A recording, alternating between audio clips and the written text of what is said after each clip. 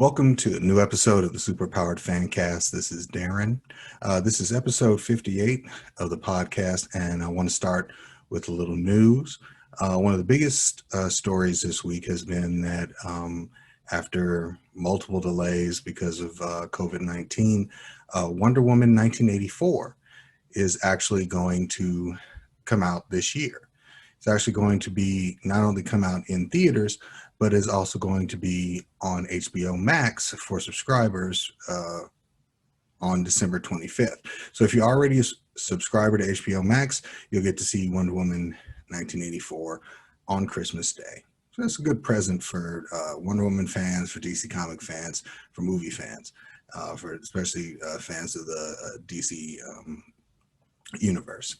So that's awesome. Another news item that came across this week is I'm a huge Stephen King fan, and there's a new version of The Stand that's coming to CBS All Access on December 12th.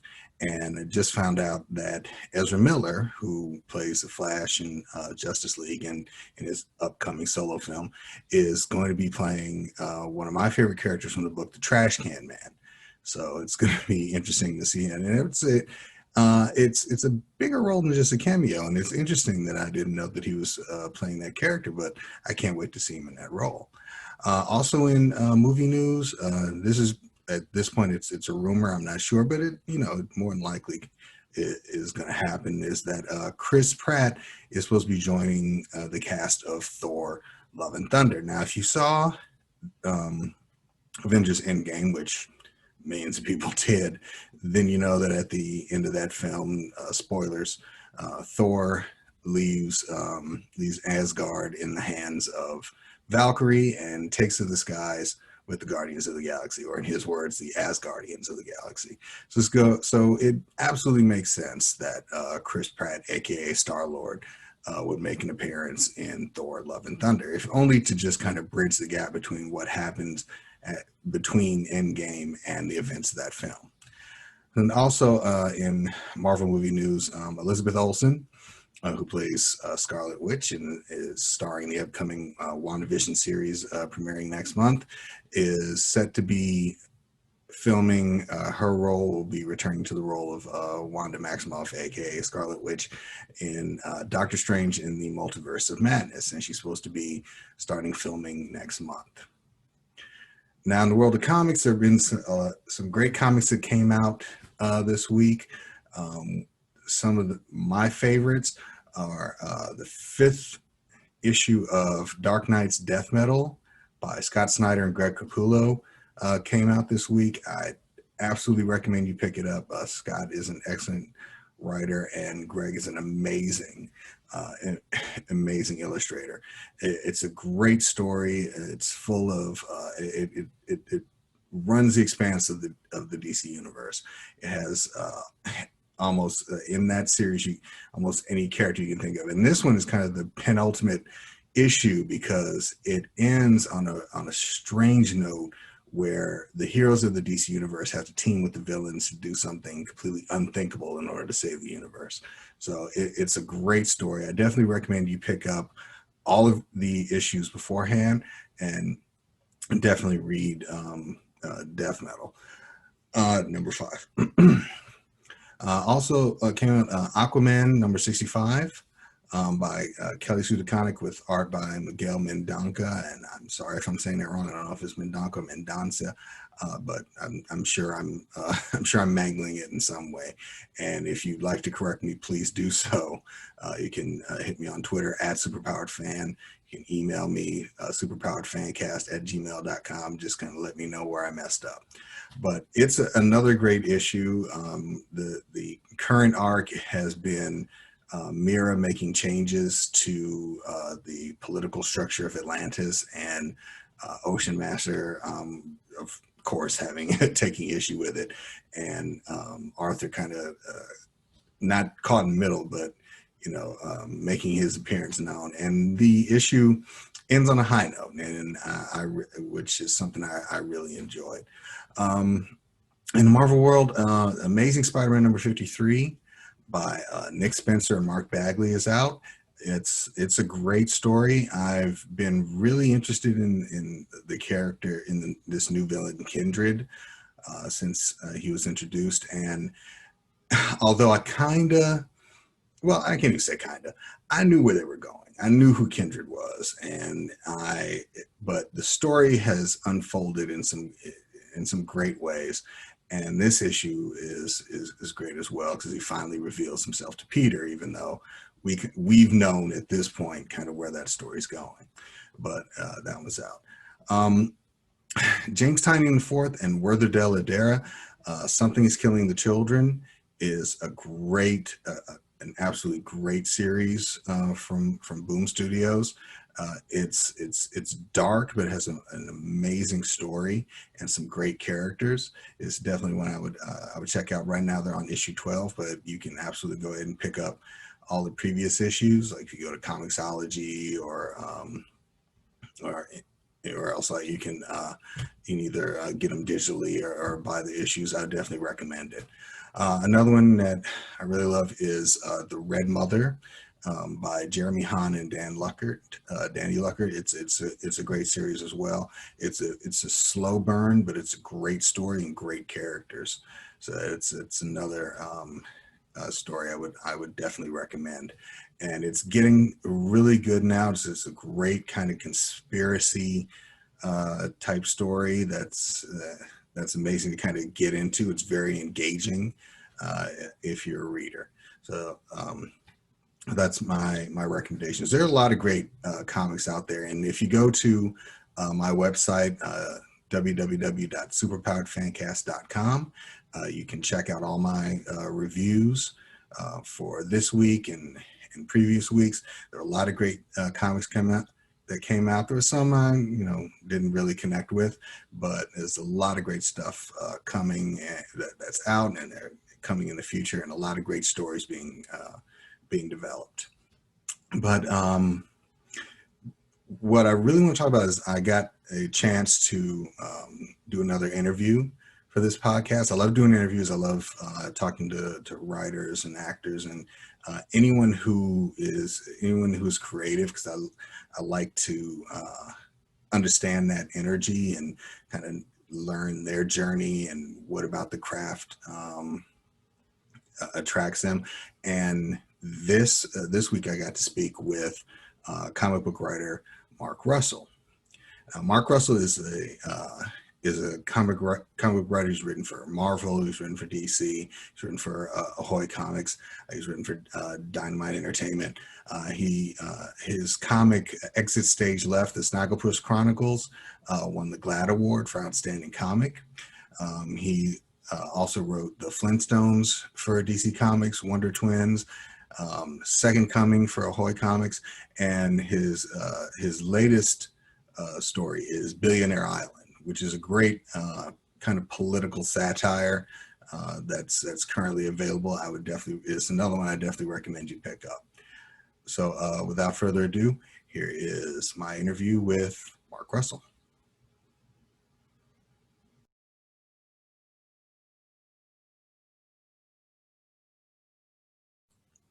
Well, Mark Russell, thank you so much for being on the podcast, and I really appreciate it.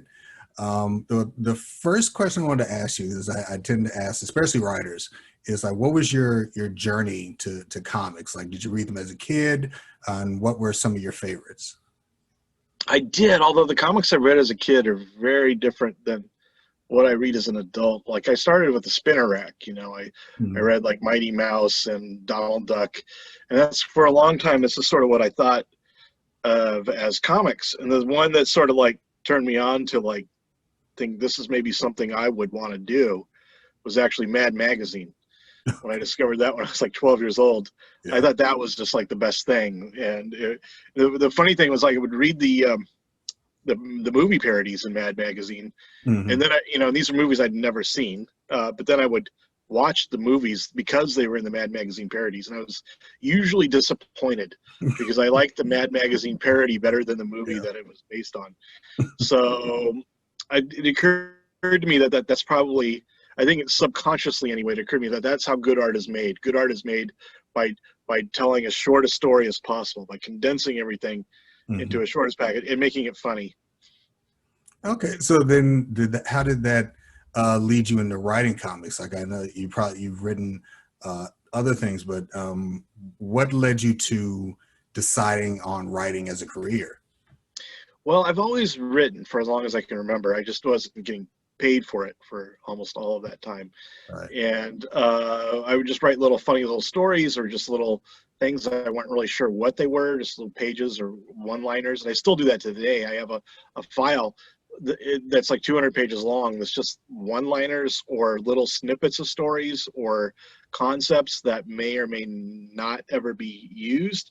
But I've always been writing. But the thing that made me sort of like, I think, able to transition to a career to comics was the fact that I started finishing stories.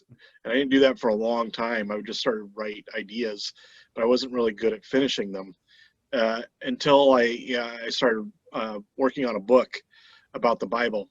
And the concept of the Bible was, or the concept of the book was that I was going to retell every book of the Bible in 3 or 4 pages.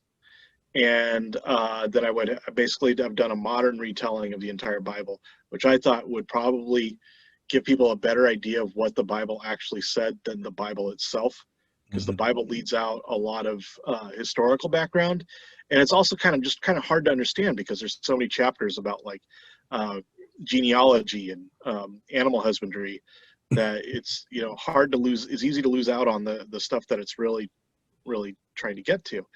So I went through the process of condensing the entire Bible to a very short, readable book.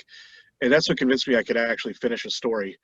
And I just sort of got into comics from there. I started writing increasingly short, increasingly visual things. And eventually I got offered a chance to write the comic book Prez for DC, because I was one of the few people they knew about who wrote short satirical stuff. Mm-hmm. Well, and then I guess the question I asked is that kind of what led you to like God is disappointed in you, like you're writing those short stories, and what did you find limiting yourself to short stories easier to finish something? Yeah, I think I was limiting myself to short stories. One, because it was easier to finish, and also just because I wanted to that was my natural inclination, was to make something as short as possible. And I've written some longer works, like obviously the books and comics, and I found that to have a book, to justify writing a book, you got to have more than one good idea. One good idea is like a short story. If you want to write a book, you need to have like 100 good ideas, and that's a lot harder. And that's why I tend to write. When I do write a book, it tends to be an aggregate of all these little short stories, because I need to accumulate enough good ideas to warrant a book, especially in this climate where people aren't going to stick with the book. It's not like Russia in 1865 where there's only 3 books being published that year, and you need something to read over the next 7 months of winter. So you sit down with like a novel that might not have much payoff, but you've got 700 pages of it to read. People are going to stick with that now because there's so much more out there for them to do. There's video games, there's movies, there's all these streaming channels. So you have to write in a very condensed, immediately gratifying manner. And luckily, it's just sort of, I think, the way my brain sort of resonates naturally, is to try to make things as short and like pithy as possible. Right. So that just worked for me to write in that style, which I think really translates well into comics. Well, and that's the thing, is one of the first things that I had read of yours was your run on the Flintstones, and the question, and that kind of drew me into your writing style, and I wanted to know, like, on that note, like, why the Flintstones? Well, was it the satire of it, or was there something that you wanted to say with those specific characters? Well, the honest answer is because they offered it to me. It didn't occur to me to write a Flintstones comic. It was just what they were allowing me to write. But, we initially wasn't very excited about the opportunity to write a Flintstones comic. But then I sort of thought about it as like, well, this is something that I actually am kind of interested in. It's like human civilization and the flaws, in human civilization. They're just giving me a different sort of vehicle with which to talk about it. being a Flintstone. So as soon as I made that sort of leap, then I was all in on the Flintstones. It's like, yeah, I'm going to write a Flintstones comic, and it's going to be about the beginning of civilization. It's going to be about where all the things we don't like in our society, where they began. Gotcha. And on that same note, because you seem to write about society a lot in things like Second Coming and Billionaire Island. So like, is it something where you have something you want to say about a segment of society when you sit down to write something, or is it just that when you look at society, you're like, I have a story I can tell about this? Like, what kind of Yeah, usually I start with like the thing I want to say, and I build the story around that, rather than the other way around. And I think it's because I think whatever's gnawing at you, whatever's haunting you, is probably what you're going to be you're doing your best work about. Right. So I try not to be too mercenary and just sort of stick to like a story that I can hammer out this story. I try to be more like, no, what is it that's really bothering, or what have I been thinking about a lot lately? And I'll create a story around that. I'll create a story to illustrate why that's bothering me and why I think we can do better. So I try to always start with the thing that's sort of obsessing me at the moment, because I know that that's where I'm going to do my best work. Right. And on that same note, you won a GLAAD award for outstanding comic for reinterpreting like the classic character of Snagglepuss. Like, what about that story did you want to tell? Like, what kind of story did you want to tell that you felt can only be told from the point of view of this character? Well, when I started writing it, we were just, newly going into a brand new presidential administration, Trump administration, and I was very worried, and still am, about our sort of slide into like fascism, our slide into like the sort of repressive government that is like taking away people's personal freedoms and forcing conformity on people using sort of illegal means. And so that's kind of what was obsessing me, and I knew I was going to have to work that in. But then, I thought about the character itself of Snagglepuss. I thought, well, what do I actually know about this character? And for one thing, I knew he was in theater, because all of his catchphrases are theater things. Right. Exit stage left, the theater thing, and Heavens to Murgatroyd is a theater reference. So I knew that he had been in theater, but he's in cartoons. So it got me thinking, well, why would he need to leave theater to go into cartoons? So that's when the sort of the Red Scare, Lavender Scare thing came up to me. Well, maybe he got blacklisted, in the 50s, like so many people did, and now he has to work in cartoons. So I really built the story from there, but it was really about talking more about the present and about what I feel like is our the sort of gradual sort of encroachment of nationalism and fascism into our national politics. Right. And again, going back to themes, like what like Second Coming is it's an interesting concept, because it combines a lot of interesting things, especially like superheroes and Jesus and all that. So where did I don't want to ask where did that idea come from, because that's kind of a general question, but kind of what were you trying to say with that storyline, and kind of what did you want people to take from it? Like how did you want people? I know you can't control how people receive media, because I've read the stories about what happened. It was originally supposed to be published by DC, and then it went to Ahoy. But it's kind of like what did you want people to get from it, and what were you trying to say with it? Well, the takeaway I wanted people to have was that violence and force are not really long-term solutions. They might be useful. They might actually like solve things in the short term, but the only sort of changes that last are the changes that people sort of make with their heart. And I think that's what Christ stands for.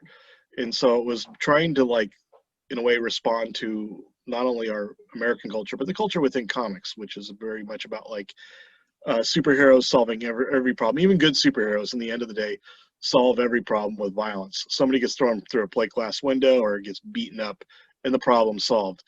And real life doesn't work like that. And the character the superhero character you see in Second Coming, Sunstar.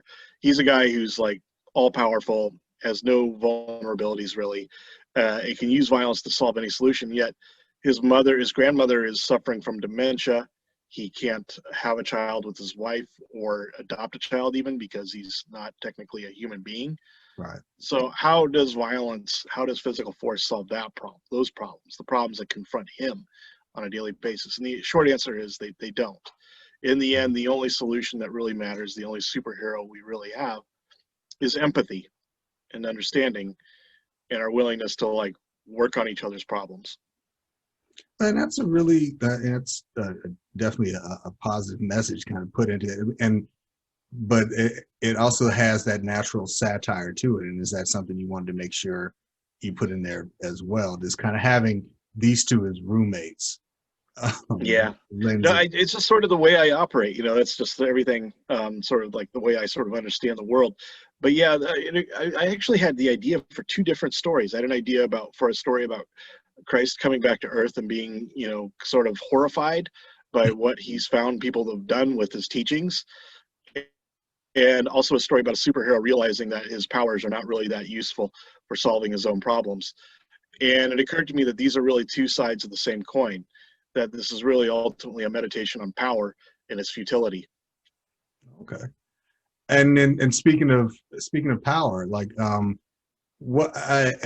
know you were talking about fears of the current administration, but is that one of the things that led to the creation of Billionaire Island, or was it just something that you were seeing in the ether, but also something that you were seeing what were you seeing that kind of led to Billionaire Island? Well, yeah, definitely this is a reality we've been sort of fostering for decades, for a long time.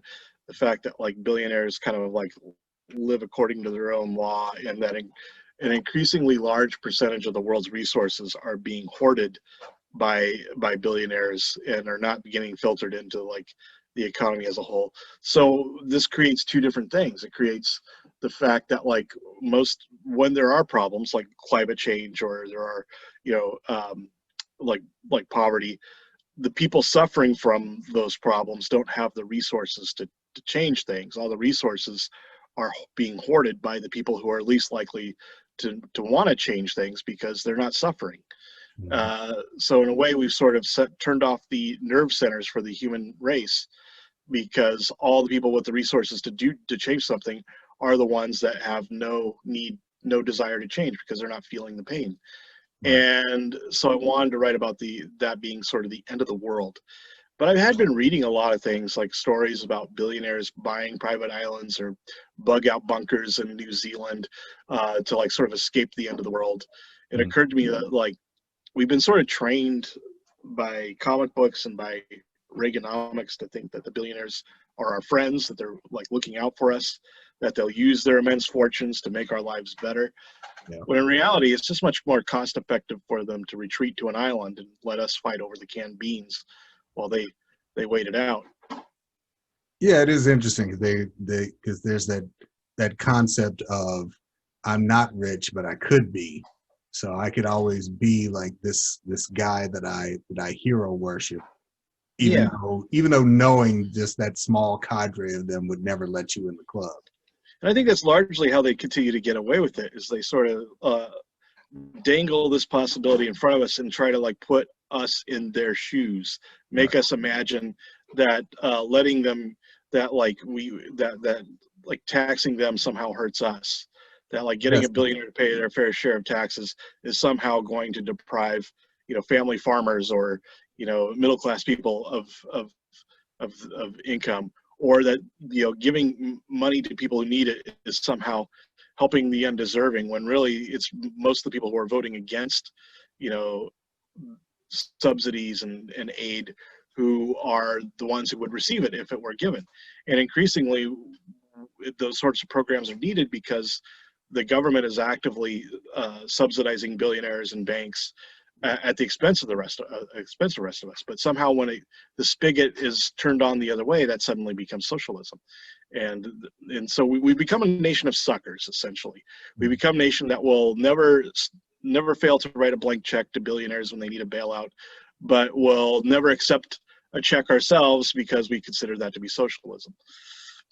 Well, that's the thing. I mean, we've been inundated with the fact that they're the job creators. Like we have to make sure that we have to and it leads back to trickle down economics. We have to make sure they're happy so everything they have will somehow trickle down to us. Which is nonsense, because nobody creates a job just because they're feeling good that morning because they got a lot of money. They have no idea what to do with it. So I'll create 100 jobs. They create jobs because there's demand. They create jobs because there's people out there, customers out there wanting to buy products, and they've got to fulfill that demand. That's what creates jobs. So we're really the job creators, the people with the demand, the people that are willing to spend their hard-earned money on new products. That's what creates jobs, not the princely discretion of some billionaire who had a good night, had a nice meal the night before, and has an extra $1 billion because of tax cuts, and decides, why not? I'll waste it on paying a bunch of people I don't really need. Yeah. That never happens. I think that was an interesting part of the story as well, is that you didn't have necessarily a hero in that story. It's like everyone kind of everyone was there with their own agenda. Either they were there to stop something, to discover something, or to be a part of it. And that was it. Right. That was an interesting part of the story, is that it wasn't something where, you were expecting, where you were going into it expecting someone to blow up the entire thing. It just kind of, yeah, in the end, the system is its own worst enemy, right? Because it's so unstable, it's so self-sabotaging that there really is no greater sort of hero than reality. Reality will eventually bring their sort of delusions down. Unfortunately, it'll probably take most of the rest of us down with it when it comes crashing down around them. But I think that while there may not be any actual heroes, the most heroic people are the people who are most truth adjacent, the people who are like fighting for the truth, or that are willing to recognize the truth, even though it's the truth about maybe crimes they themselves have committed, are the people who come off the best in the series, right? It's the people who are trying to prop up delusions or foster their own sort of delusions with propaganda, are the ones who come across as greatest villains. Yeah, and you can see just and I don't even want to say like the worst of who we are, but kind of just the reality of who we are, and just the characters who who are willingly staying in a hamster cage and fighting for whatever scraps are being thrown to them. And that's very much about why the system, that we all know it doesn't work for us, why it persists. Because we know that we're in a cage, we know that we're prisoners of it, and yet we don't break free because we're afraid that there's nothing on the outside. We're afraid that if we do break free and go on the outside, we're going to be collecting IKEA furniture that washes up on the shore, and no one's going to be with us, so we're going to have to like build a wife out of mannequin parts. Yeah. And that really the only sort of security is inside the hamster cage, where they change our sawdust regularly and bring us food pellets and water. Mm-hmm. Well, and that's one of the things I loved about the series itself, was that it had those comedic moments, but even those comedic moments had like a harsh kind of truth to them. And I think that's why the series is worth reading. Do you kind of see yourself writing a sequel to it, or do you think there's more stories to tell? At first when they asked me, I thought that was just sort of like something I hadn't really thought about, and I thought, well, the story ends on such a final note that I don't really see how I can do a sequel. But the more I've been thinking about it since then, the more I think there is really a sequel to be told. And the idea that I'm kind of playing around with now, I don't know if I'll actually end up doing it, but this is what we're talking about, is a story where that follows two stories. One is a cult that comes up around Business Dog, because he owns so much of the world's remaining wealth, that people feel like, well, Business Dog surely knows what's best for everyone because he's so rich. And we've been trained to think that like you're only rich because you're incredibly smart. Right. So there's a whole cult that develops around worshiping Business Dog. And on the other hand, like sort of the side of hope that we can build something out of the ashes for ourselves, that we can save the human race just by our own efforts and through like working together to like protect each other. And so it would be kind of like about these two sort of competing forces. The people are actually trying to like take reality on its own terms and build something new, and the people are trying to hold on to the scraps of the old world through their cult of business dog. Yeah, and you've got more second coming as well. Like Yeah. what do you want readers to kind of know about that story before they go in? Like kind of like what I don't want to ask you like what the story you're telling, because I want to read it for myself. Sure. But just kind of like what would you tease to the audience to say, hey, this is a reason why you should pick up this new story? Well, in really abstract terms, the second season of Second Coming is about how hard it is to make up for past mistakes, about how you've done things in your past that even though you've changed, it's really hard to overcome those. Like Sunstar has to deal with like villains he's defeated in the past, and now he's sort of sees the futility of violence, but he's still got all these people that want to even the score with him from his past. And Christ is dealing with the fact that like the first time he came to Earth, people mistook his teaching so badly that now he's sort of the victim of their misunderstanding of his teachings. He tries to like get the human race back on track and tries to like get new disciples to try to like help further his teachings. But I think there's also within that just some like really sort of cool story, like sort of fun stories. Like there's the first issue in the new season is about Sunstar like is as a baby, and it's the last night on the planet Zirconia where he grew up. And it's very, if people are fans of Superman, they'll recognize the origin story. Obviously the source of inspiration, because the planet's about to blow up and his father is like the biggest scientist on Zirconia and realizes it's about to blow up and wants to just spend one last night of life at home with his wife and baby. But then he doesn't know it, but when he comes home, his wife has invited this real estate guy over for dinner and his wife. So he has to spend the whole night, his last night of life, what he knows is the last night of life on this planet, like talking to this guy who's trying to sell him timeshares, right? Not knowing that the planet's about to blow up. So there's some like, it's not just all like chin scratching and thought. There's some like funny little stories in there too. Yeah, definitely. Just visualizing that, it made me laugh. So besides Billionaire Island and sequel to Billionaire Island and the second part of Second Coming, is there anything else that you're currently working on that you can talk about? Yeah, I'm doing the Superman versus Imperious Lex as part of the DC Future State series, and I'm doing that. The art is being done by Steve Pugh, who's the same artist who does Billionaire Island. So always happy to collaborate with him. He also did the art on the Flintstones, as I'm sure you're aware. Yeah. So, and that's about the planet Lexor, where Lex Luthor is the hero and god to the planet, and Superman is the most hated man in the world. So they sort of reverse roles on Lexor. But that's coming out in January. Oh, that's awesome. I'm definitely looking forward to that, because I've been reading a lot about the future state stories and just how they're taking the characters and the concepts in different directions. So I'm definitely looking forward to it. One last question I would ask is that, and you because you've written characters, you've written for Marvel, you've written for Ahoy, you've written for DC. Is there a character that you would love to get your hands on to write some, whether it be a series or a one shot or even a short? Like if you were offered it tomorrow, like who would be the character that you like to just take a crack? I have like a short list of characters that are sort of on the top of my list, and on the very top is like Superman. I've always wanted to write a Superman comic, like a Superman series. So that would be the top of my list. But also, like Fantastic Four, Guardians of the Galaxy, and like a Green Arrow series, I think would also be really great. I would love to write a Green Arrow series at some point. That's awesome. I would definitely read it.